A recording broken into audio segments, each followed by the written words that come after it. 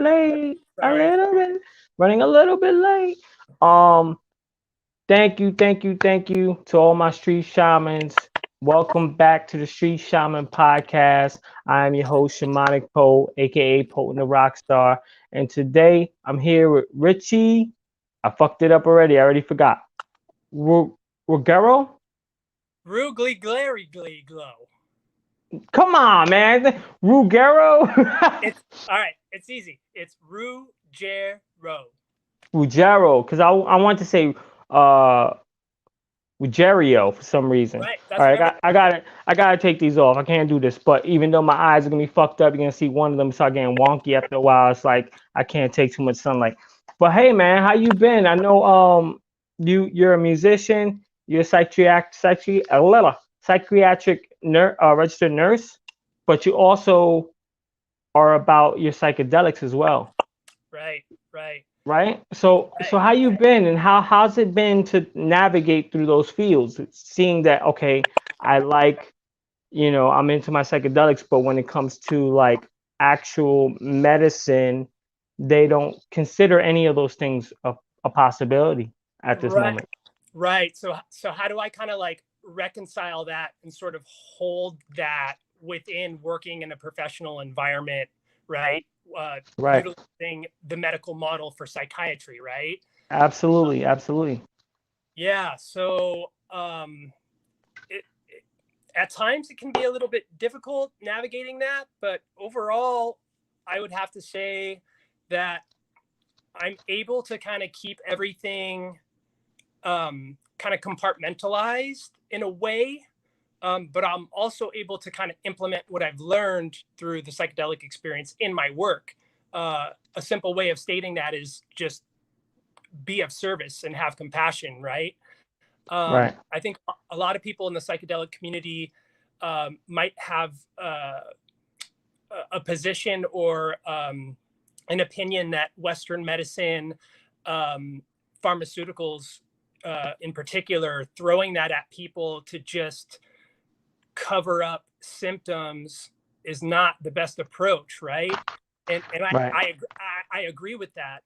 However, on a case by case basis, what I see working with clients in real time over the years is that it, it's not the worst thing in the world to minimize symptoms to get somebody to a place where they can be more centered and whole, and then help them kind of move forward. I don't believe in throwing pharmaceuticals at every single problem. I don't believe in that. Right. But I see the benefit of medications in psychiatry and what they do. I see it directly. I see it in my work. Um, so I think it all comes down to balance, having a bit of balance and self awareness, and educating my clients that, there is no magic pill that's gonna Right. fix you. Like, you got to do the work. You got to show up. Like, we can help minimize. Absolutely. We can help minimize your symptoms. And some of my clients, they might need some medication adjustments when they come to us because they're just really sick, like acutely ill. But Right. as they get stabilized, they can kind of start backing off on the meds and kind of step down a little bit, right? And some of them get off their meds completely. Not all, obviously, not the majority, but some of them do. So Right. I try to take it on a case by case basis and support my clients in that process. No doubt. No doubt. So what is that like for you? Because I know you're in California. They might be a little bit more liberal on certain things like that, like psychedelics. Whereas I'm from the East Coast. The East Coast is still way behind when it comes to psychedelics. There's some people that, of course, they're taking psychedelics, but not for the proper use. They don't look at them like, oh, yeah, like I know for a fact in Cali, plenty of people are microdosing through even when they work at Google and wherever else, Apple, whatnot. They're microdosing to get through the day, and it kind of helps them helps them process things. As far as me, I've microdosed a few times myself as uh, psilocybin, but I felt great relief. I felt, happy about my day, and I was, on it. But The only issue that I had was like coming off of it. Once you come off of it, like if you've been on it for a week or so, it's gonna feel like a bad time. Have you ever had any experiences with this at all, Richie? Uh, yeah. So now I'm going to take a step back. When you say you microdosed, was it perceptual? Could you feel it? Like, like what for? Because we could talk about microdose, but everybody has a different idea of what a microdose is. So I would say if we're talking about a classic microdose, what we're talking about, here's a good example. If you have a glass of wine and you take a sip of it, are you going to feel anything from that? Probably not, right? So that's kind of the idea behind a microdose. But some people will microdose and they'll have a little bit of that kind of warmth, that a little bit of that alteration. They're not intoxicated, but I would say that's like a high microdose. A true microdose is something that's sub-perceptual, right? So what you're saying is that you just wouldn't feel it really, but right. it might lift your mood slightly, right. but it's nothing that you can actually feel where you're seeing things. Like when I microdosed a few times, sorry to cut you off with you, when I microdosed a few times, it was more like some days I was really microdosing. And then some days it was like, take a little bit more today. Life is shit, you know? So I guess to calm down, and also I can't deny the situation that I was in, with the ex-girlfriend, dealing with a bunch of bullshit and shit like that at the time. So I can't deny all the things that I was dealing with regardless, Whereas I feel like most people are just, they're kind of, not most people, but the people that are taking psychedelics are mostly good. Their life is okay. They live a decent life, but as far as themselves, they don't feel completely whole, or they don't feel happy, or they're missing something, or they have some trauma that's just luring in the background. So I think you're right about that, man. Have you ever microdosed at all? So I would encourage, yes, I would encourage anybody interested in microdosing to look at Paul Stamets, his stack. So he does a stack with niacin, lion's mane, and psilocybin. But again, sub-perceptual dose. I think it's like 0.1 or 0.2, right? And there's different variations of the Stamets stack, right? You can do 1 day on, 1 day off, 1 day on, 1 day off. You can do Monday through Friday on, and then Saturday, Sunday off. So there's different variations, but yeah, the Stamets stack. If anybody's interested in that, I would look it up and consider, maybe try that to see if it helps. If it besides being maybe a substitute for like an antidepressant to kind of lift you up a little bit, there is suggestive evidence that it can actually help with like the neurons in your brain. It can kind of like, it's almost like brain food. Like it can help like neurons like grow. I think somebody put, or some scientist or something, I think I saw something somewhere where they took ayahuasca and they administered it onto like a petri dish of like neurons, and they started growing.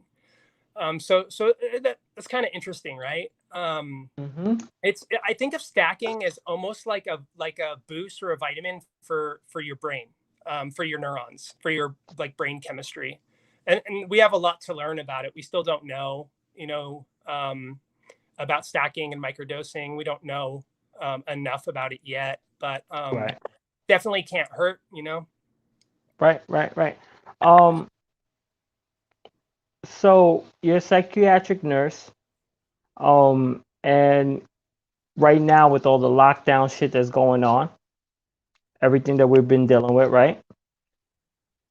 A lot of nurses and a lot of everybody in that field basically are a little bit opposed to the injection. Let's just say the injection, right?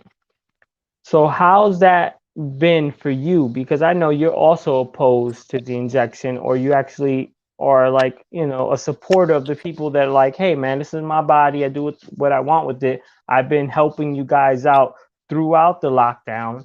And now you guys want to make sure that I get this, even though I've been fine throughout and I've been dealing with people with it.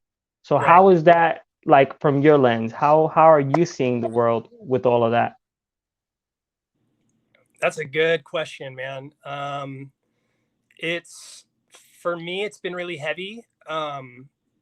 Emotionally and psychologically, I've been struggling with that. It's been exhausting. I've been talking to a lot of nurses on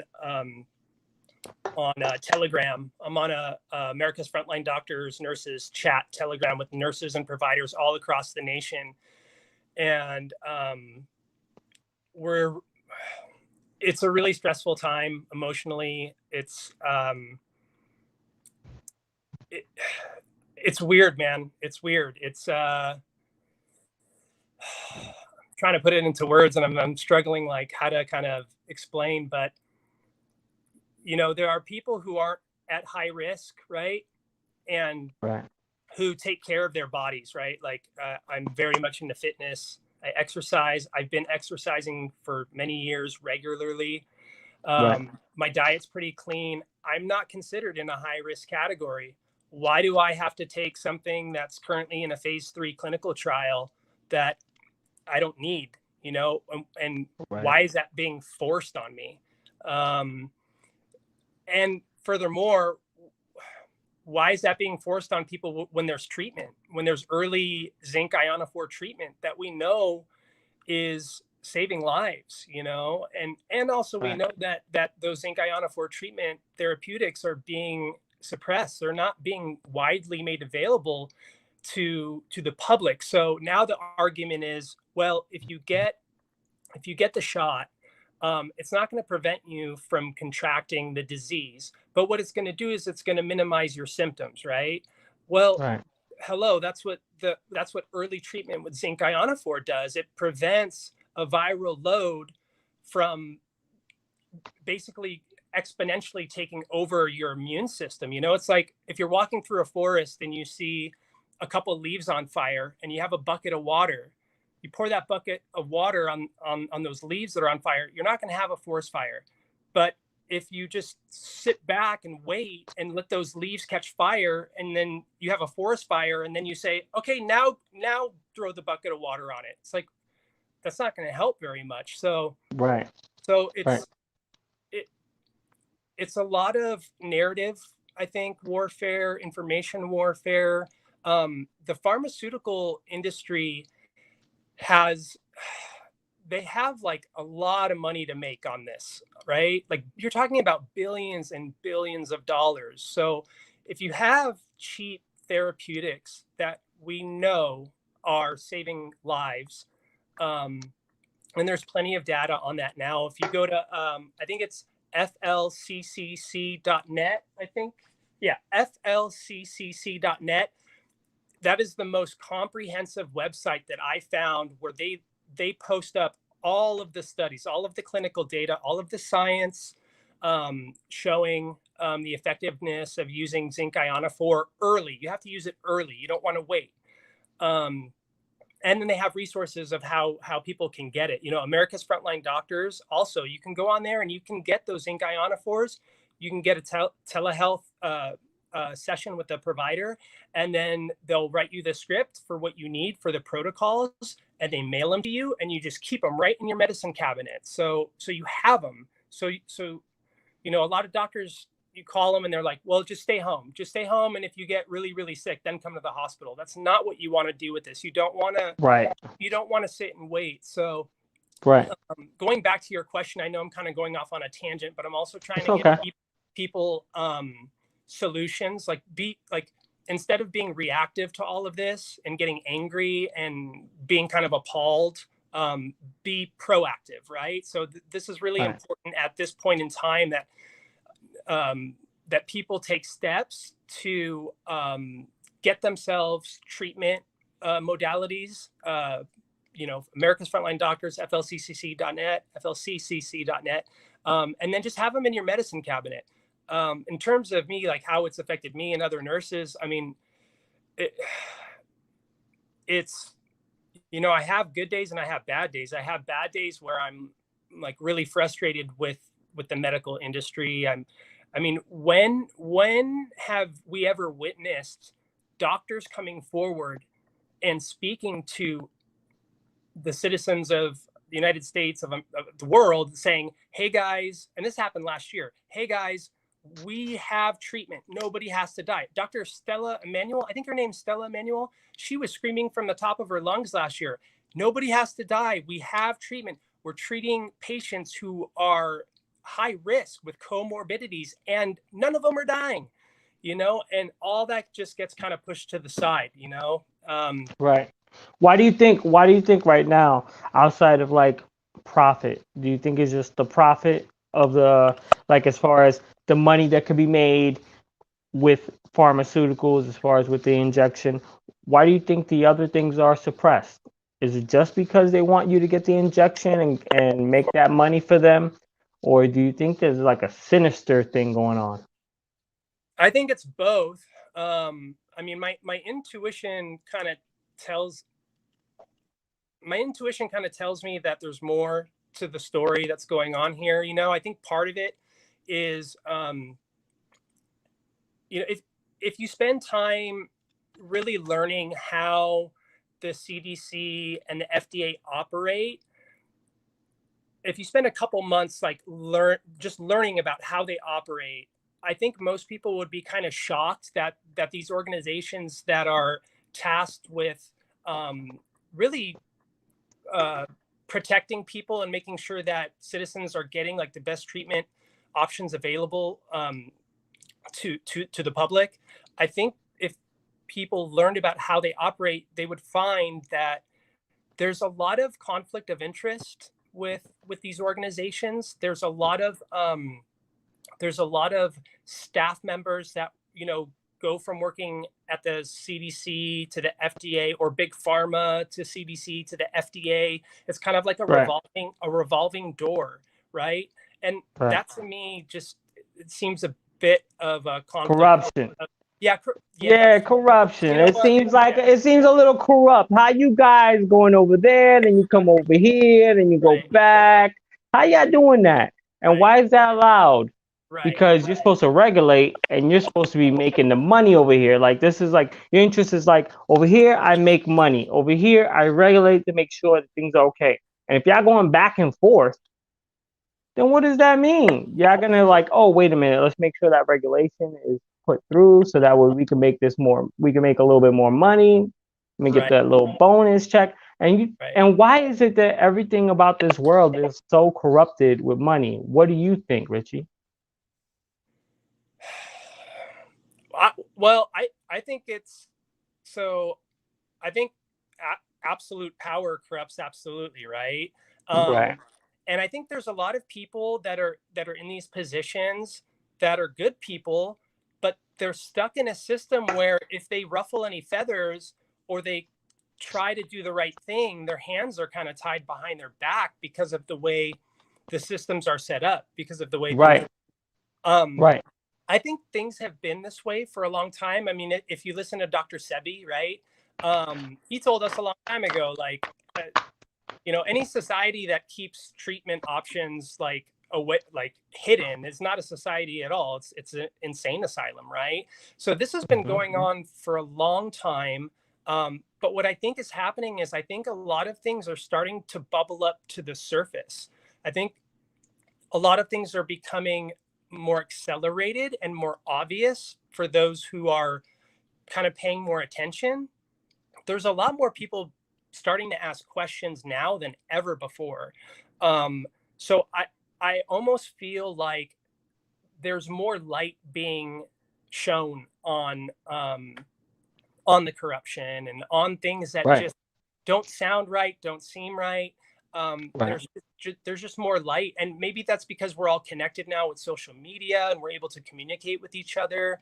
And I don't know if do you buy into like cycles of time, like the Vedas, like the great cycles of time? Like there's like a rise and a fall, a rise and a fall.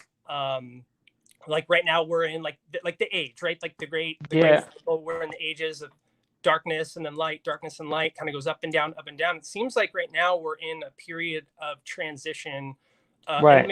maybe I'm getting a little esoteric, but right now it seems like everything feels so heavy. It feels like we're going through like collectively across the planet, like we're in this dark night of the soul, right?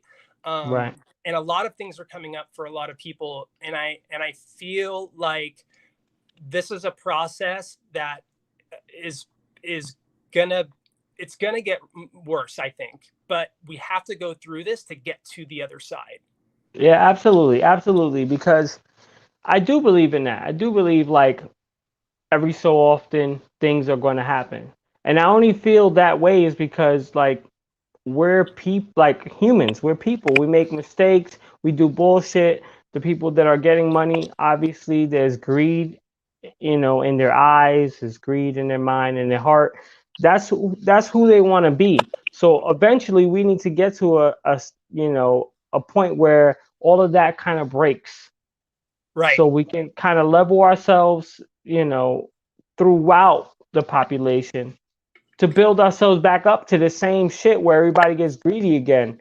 Because it's like, okay, we're greedy. Boom, we learned that lesson. You can't be greedy. You can't be doing that. This is not right. This is not ethical. This is not humane.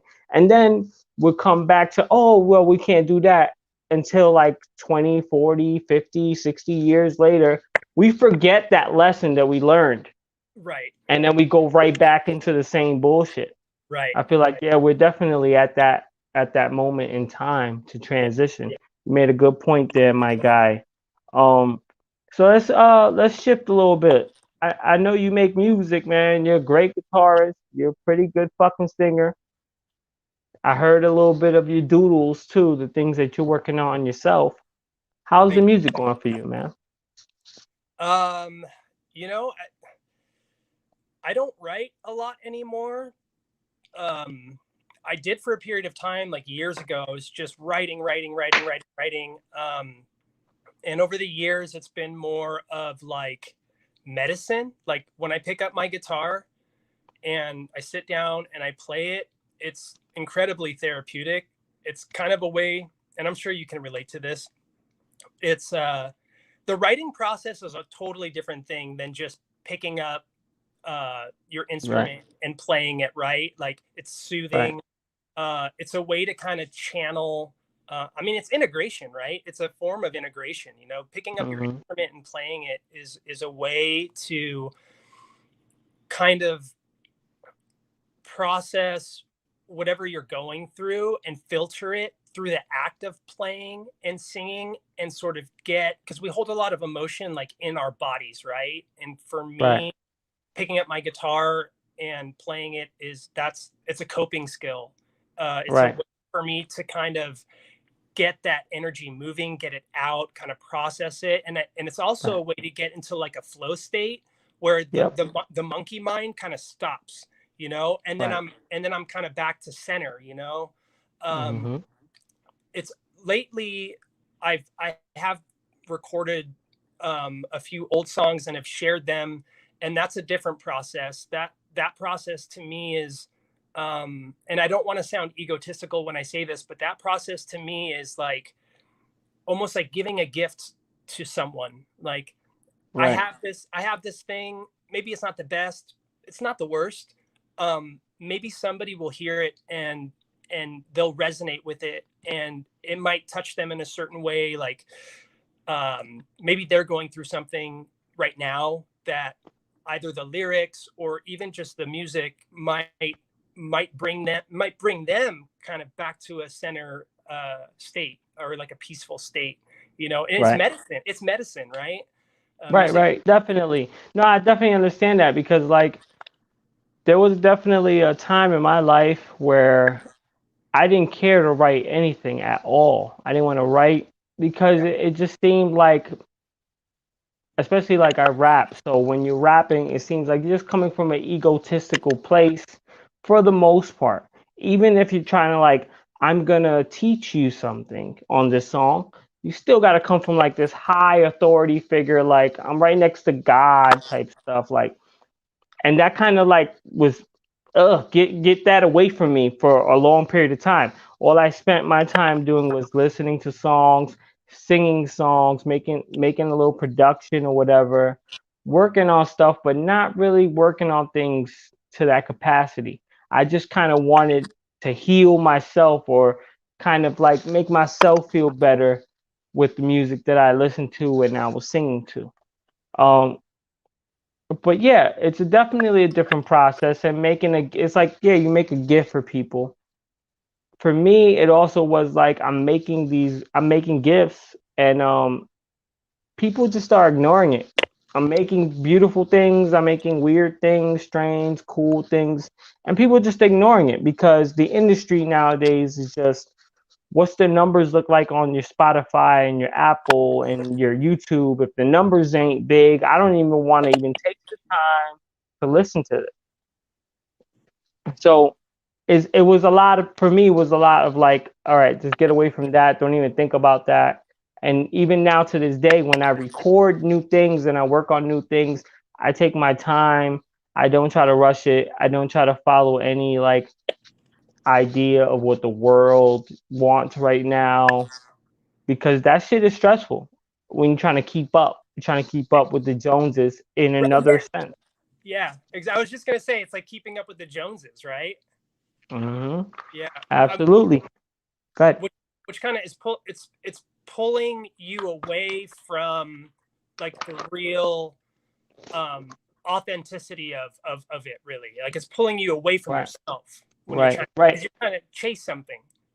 Yeah, and absolutely, because you're chasing something because like nowadays being yourself or coming from your own perspective is almost frowned upon. It's not even like people don't even take it serious at all. They only want, especially when it comes to music, they only want what they have already heard, but from you. And that is it. Yeah. I already heard something like that, but I want it from you to sound like them. And it's like, but that's not art. Right.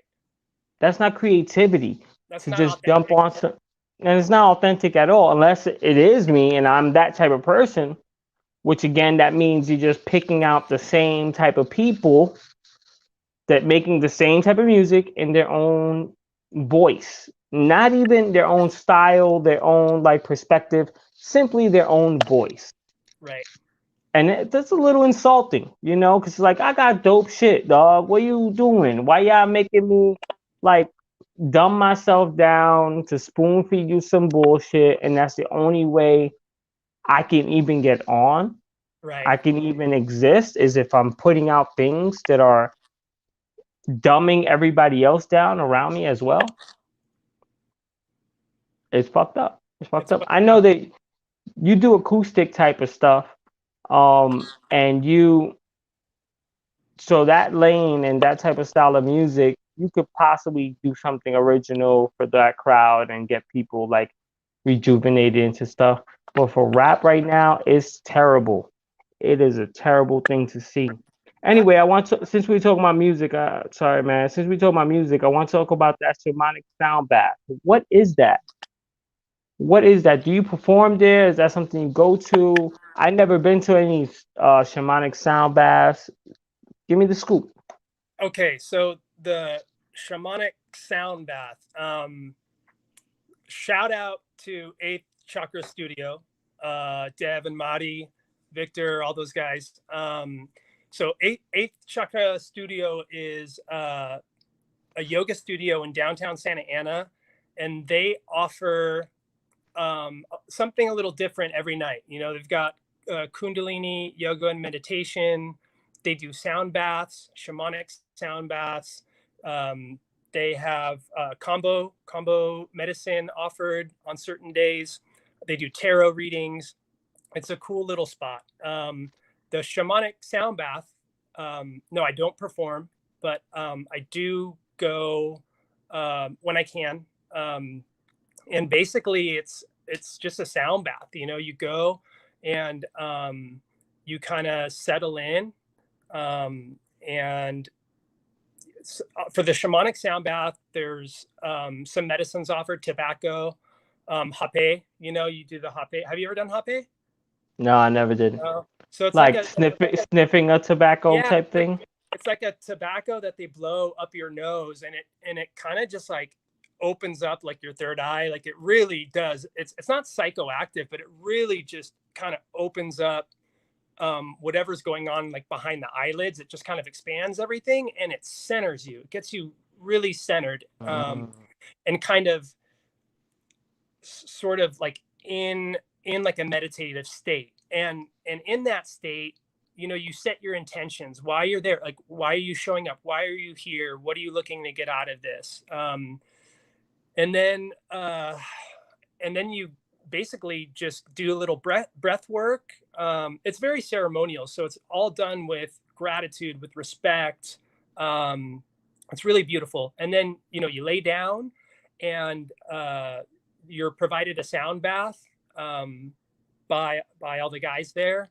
And after the sound bath is almost done, they offer sananga. Have you ever had sananga dropped in your eye? No. Oh man, no man. I've never been out to the West Coast. I know they got plenty of good things out there for me, but I've never been out there, man. I'm sorry. So tell me about it. Sananga is like what it feels like. It feels like somebody dropped battery acid in your eyeballs, which sounds horrible. It sounds horrible. But it, man, I love it. I love it. It's actually good for your eyes. Like it's good for cataracts. It just kind of cleanses you out. It's like the cherry on top. Like at the end of the ceremony, they do a little bit of drops, and it burns, but it's a teacher, right? Like anything that can cause us discomfort is teaching us a lot about ourselves. Like, what are we capable of, right? And and this kind of ties into the psychedelic experience and letting go, because a lot of it is letting go, right? Like when we're doing like shadow work, a lot of it involves letting go, like surrendering that ego mind, right? Like being okay with not being okay. And so the sananga kind of does that. It's like, it's kind of brutal, but if you can settle into it and breathe through it, you can learn a lot about yourself. And it's beautiful medicine. I have a lot. The first time I experienced it, I was like, what the fuck is this? I'm never doing this again. But as you return to certain like medicines and you develop a relationship with it, you learn to surrender more. And then, you know, beautiful things start to happen, you know, where you really, it's a tool, you know, it's a gift, and it's a tool. It's many things, but yeah. So that's the shamanic sound bath, where you get like, you know, multiple types of medicines in addition to getting to relax and just getting that sound therapy. You know, sound is very healing. So that's absolutely. Yeah. Why do you think so many people, when they hear like, you know, it feels like battery acid in your eyes, or, you know, you got to go through this psychedelic experience, but you might cry and lose your shit for a little bit, but it might teach you, it's going to teach you, if you're losing your shit and you're having what they consider a bad trip, you're going to have so much insight from that. But why do you think that most people are afraid of that insight?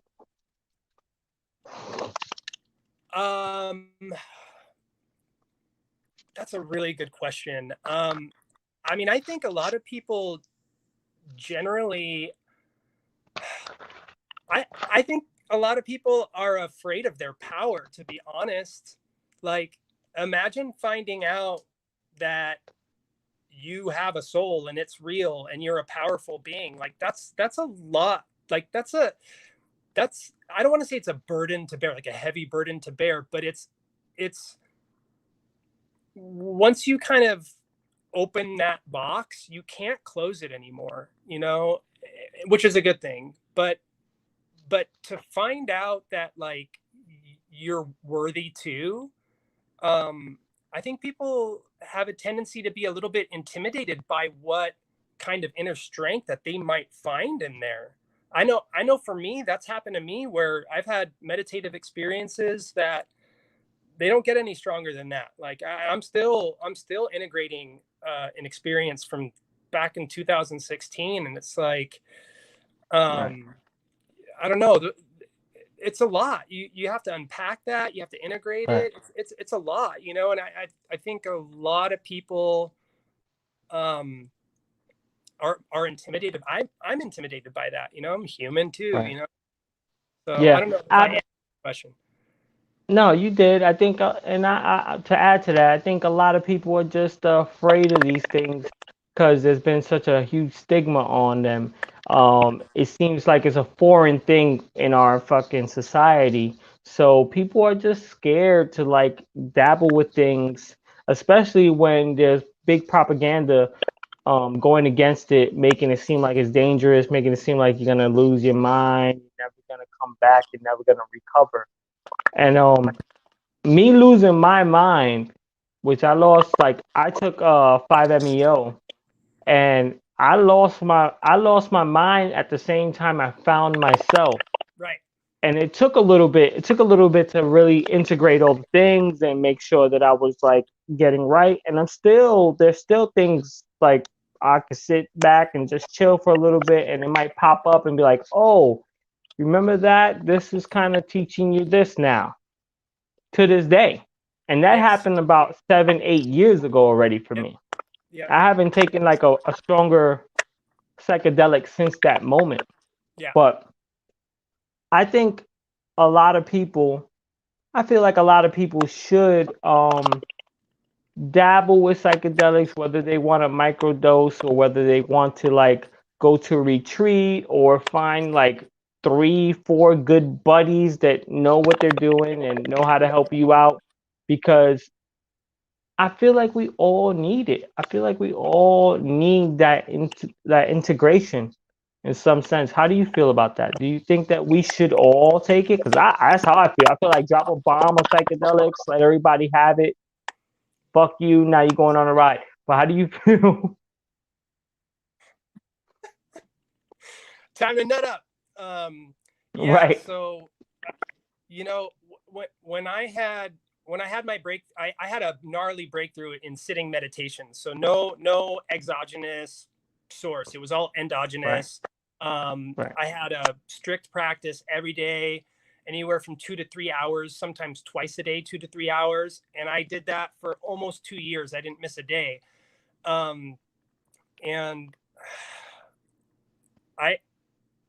when I had like the full blown breakthrough, whatever you want to call it, samadhi, breaking through the matrix, Christ consciousness, cosmic consciousness, unity consciousness, whatever you want to call it. These are just words. That's how I know. Hold on, Richie. That's how I know you're in California, because you have like 7 different words. Well, I'll just say like spiritual awakening, breakthrough. You're like consciousness. There's a lot over there. There's a lot. There's a lot of people working on this stuff, so that's a good thing. It is a But go good ahead. thing. Yeah. But one of the things that happened to me after was I felt this sense of, oh my gosh, everybody needs to find out. Everybody needs to find out that there's more to this life than what we're told. You know, I believe that individually and collectively across the globe, that the more people that find out that there is through direct experience, Right. not through reading a Direct book, experience. but Right. through direct experience, because you can tell somebody how great having sex is with a loved one, but until you do it yourself, you're not going to know. It's just words. Right? Absolutely. That's a fucking good analogy right there. Because Yeah. it's like when you're a virgin and you never had some sex, you'd be like, I jerk off sometimes. It feels great. But when you actually have sex, you go, wait a minute, this is the real deal. This is something different. This is something that like my whole body's connected to. Right. Right. Absolutely.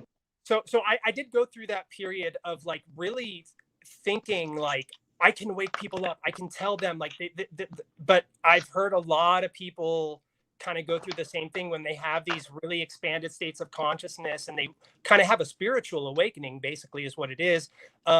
They feel so compelled to share that with the world, with everybody, especially their loved ones, their friends, because there's something to that. I think that if more people were to experience that, I think our world will change. I think society as a whole will change and will become more connected with each other, with nature, with the earth. And not in like a foo-foo type of a way, but like legitimately, like our relationship, our perception, our relationship with ourselves, you know, to each other. I mean, yeah, I think there's something to that, but I struggle now with answering, like, do I think it's for everybody or should, because part of me feels like, yes, I think that our salvation lies in us remembering what we really are. And that might sound crazy to some people, but I think that's part of the key to us as a humanity in our evolution, is to come back to remembering our spiritual nature. Because so many of us, myself included, growing up, I didn't know. I'm like, that's probably fake. Like, once you die, you're dead. That's it. Like, it's probably like whatever, like, you know, and that sucks to like not know, but to have a glimpse of it changes everything. It changes everything. Absolutely. You know? Absolutely. So yeah, like what you were saying about running to the hills and just trying to yell like, hey, get some psychedelics in you, or meditate, or do something that's gonna like intrinsically change you. I did the same thing. I did it for a few years. I did it for a couple years. At this time, I didn't think, you know, it was kind of like I knew that people were not going to understand this, but I was trying so damn hard to make people understand this that did not take it, didn't have the experience that I had. And I was just like, it was like hitting my head against the wall, you know? Did you feel isolated? Like really isolated? Oh, big time isolated. That's kind of like, it was like the psychedelic gave me insight that I couldn't see. It was right in my face. It was like, it's right here, and I could not see it. Psychedelic let me see that. And then when I ran off, like, oh, you don't see that? It's right here. They're like, nah, get out my face, buddy. Get out my face, you weirdo. You know, so I went from like super depression, about to kill myself, suicide, to like super high on life, trying to tell everybody the word and try to spread the word as much as I can, to back to depression for a little bit after a while, because I didn't have access to these psychedelics. I wasn't around the people that, you know, like I did the psychedelics in Ohio, and then I went back to Pennsylvania with the message. And it's like, over here in Pennsylvania, we don't really have those things. And look around, bro, life is shit. Who are you telling? You know? So I had to deal with that, and that actually brought me down to depression level again. And then I had to learn to build myself up kind of more or less naturally without psychedelics for the most part. You know, weed obviously, but without psychedelics, just trying to build myself up, because I knew my reality and I understood kind of more of the reality than the people that were around me at the time. Yeah. But yeah. Hey, Richie, how you say your last name one more time? Ruggiero. Ruggiero, because I want to say Ruggiero so bad. I'm so terrible with names, man. Yo, Richie Ruggiero. Thank you for stopping by. Thank you for, you know, to let everybody know where they can find you, Instagram and stuff. I know you got your stuff private, but for the people that are watching, they might want to follow you. Let them know where you at. Yeah. So I'm on Instagram. I'm pretty sure my name is DFP, D as in dog, F as in Frank, P as in Paul, Richie, DFP Richie. Yeah. Or you could probably type in Richie Ruggiero and find me. But yeah, I think it's DFP Richie is my username. Yeah, I usually, people like try to add me. I usually will always add people. I'll try to check them out, see what they're about. But I usually always accept people, and I'm really open to if people send me messages asking any questions about like mental health, whether it be like psychedelics or mental health. I always try to I always do. I always respond to people, and I'll try to like give people resources. I'll try to share links with people. People have reached out to me over the years, and I've thrown links their way. I've recommended books, this, that, frameworks. It's a framework. Sometimes people hit me up and they say like, "Hey, I've had the psychedelic experience. I don't know what to do." So yeah, people can hit me up in my slide into my DMs. You know what I mean? And, Right. No doubt. That's how I do it too. If you hit me up in the DMs, I do my best to try to get back to you. I can't get back to everybody. I can't have a full conversation with everybody, but I do my best to try to show some love. And if you need me to answer something and it seems like it's dire or it seems like it's something that you're going through, I'll definitely help out. Hey man, thank you, Richie. Thanks to everybody in the chat as well, man. Thank you for everybody who's in the chat showing love. Thanks for all my street shamans going to check this out later. Thanks for all the people that are donating right now. This is Richie Ruggiero. Did I say it right? that's good. Ruggiero. You got it. I said it right. Richie Ruggiero. Shamanic Poe, aka Poe and the Rockstars, the Street Shaman Podcast. Hope you have a beautiful night or morning whenever you're watching this, and take care.